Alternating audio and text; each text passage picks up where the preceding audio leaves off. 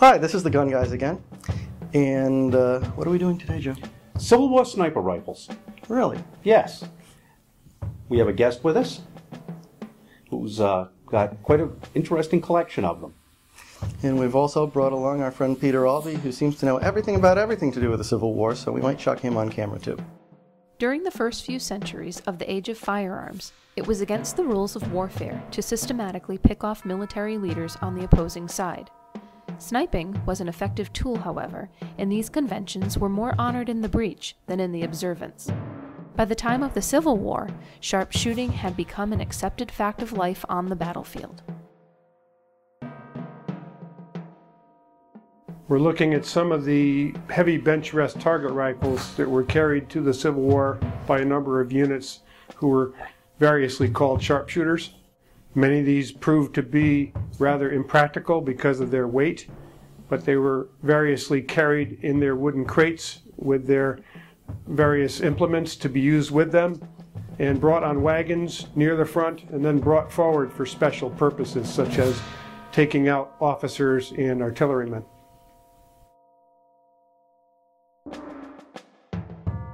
And they were basically target guns. And then as the war progressed, they began to realize this war was not just going to be 1 or 2 battles. And they went to a lighter gun. A lot of the earlier guns had false muzzles on them, which took a long time to load. And they realized that in a heated battle, they could be overrun pretty easily. So they went to a gun that did not have false muzzles on it, because they didn't need a 1-inch group. A 2-inch group did the job. And the guns became a lot lighter.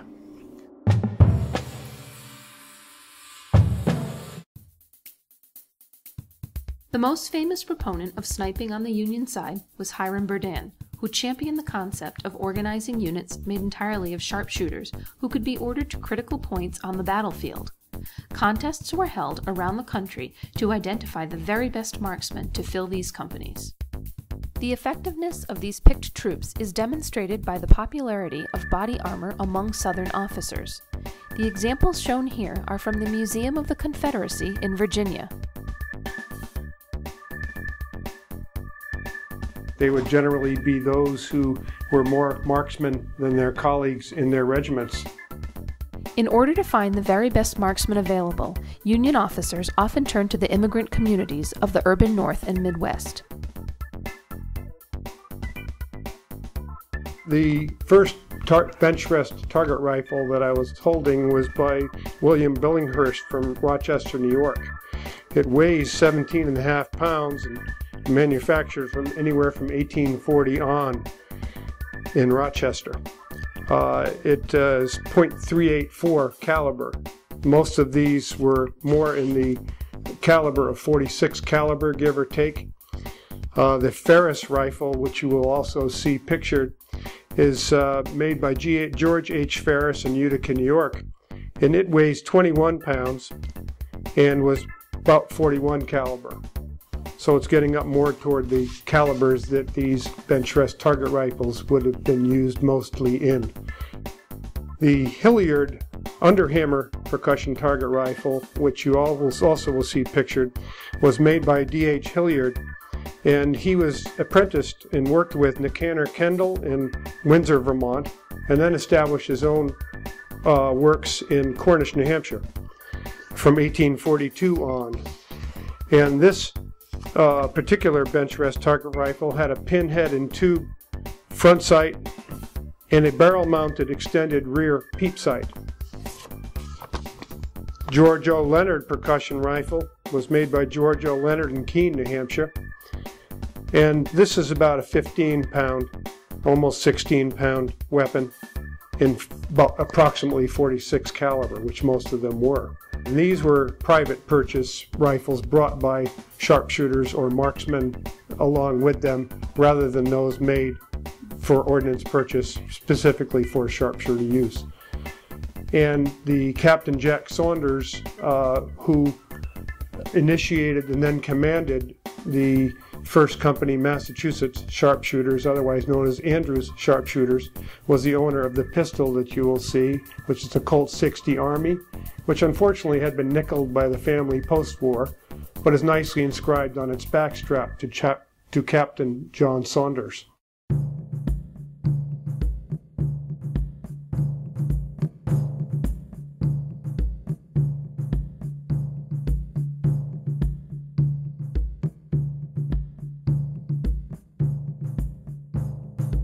The field glass that he carried is also inscribed on the middle tube from Captain Crook to Captain Jack Saunders, and nicely has a Masonic emblem as well inscribed on the middle barrel.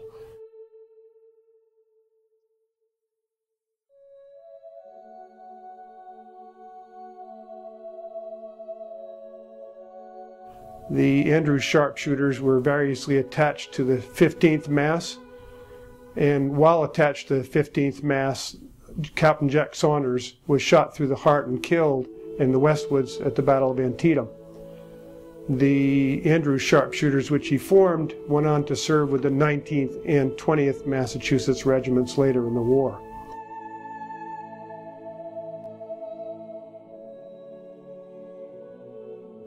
After the Battle of Antietam, where casualties were extremely heavy, they realized the impracticality of the heavy bench rest target rifles for the most part, and they were issued mostly Sharps rifles after that point, perhaps in early 1863, a few months after the Battle of Antietam, and they were even, to some extent, issued Merrill rifles, which is rather strange. They served as mostly skirmishers. They did keep some of the bench rest target rifles right through near the end of the war, which were brought forward for special purposes such as eliminating officers and artillerymen in the enemy ranks.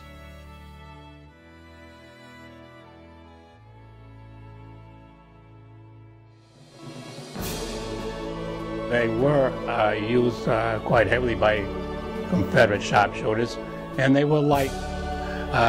They used anything they could actually get their hands on. At one time I had a great opportunity to go into the archives of the Museum of the Confederacy in Richmond, and I found a great sharpshooter's rifle with a nice scope on it. It was light under hammer, and the documents said that it was used along the Mississippi River.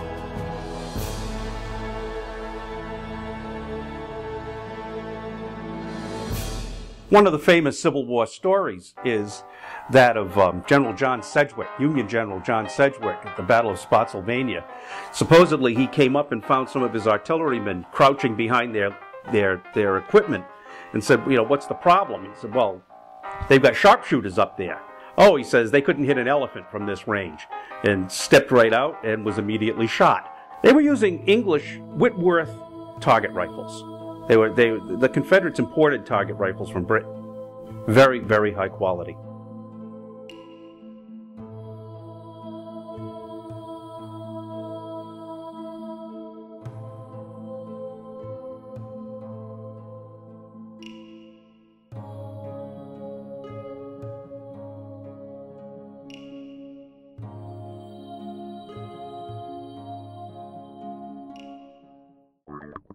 Well, we certainly hope you enjoyed this little study of Confederate sharpshooting and getting to meet some of our friends who are obsessed with this topic. You know, Confederate and Union sharpshooting. You're right. All right, next time I think we might be going up to the Waters plant in Massachusetts, aren't we? Sounds like a good idea to me. Okay, let's do it. Okay, guys. Go to the remains of the factory. Yeah. Gee, it's all over? It's all over. I'm just getting wound up. I was just getting all excited. Well, that's okay. You can star in our series on Civil War breech-loading rifles. You are going to start Civil War breech-loading rifles. You just don't know it yet. Yes. You've already been picked. You've been cast for this role. Is that before or after he sells me that Morse conversion? Ooh, it better be before.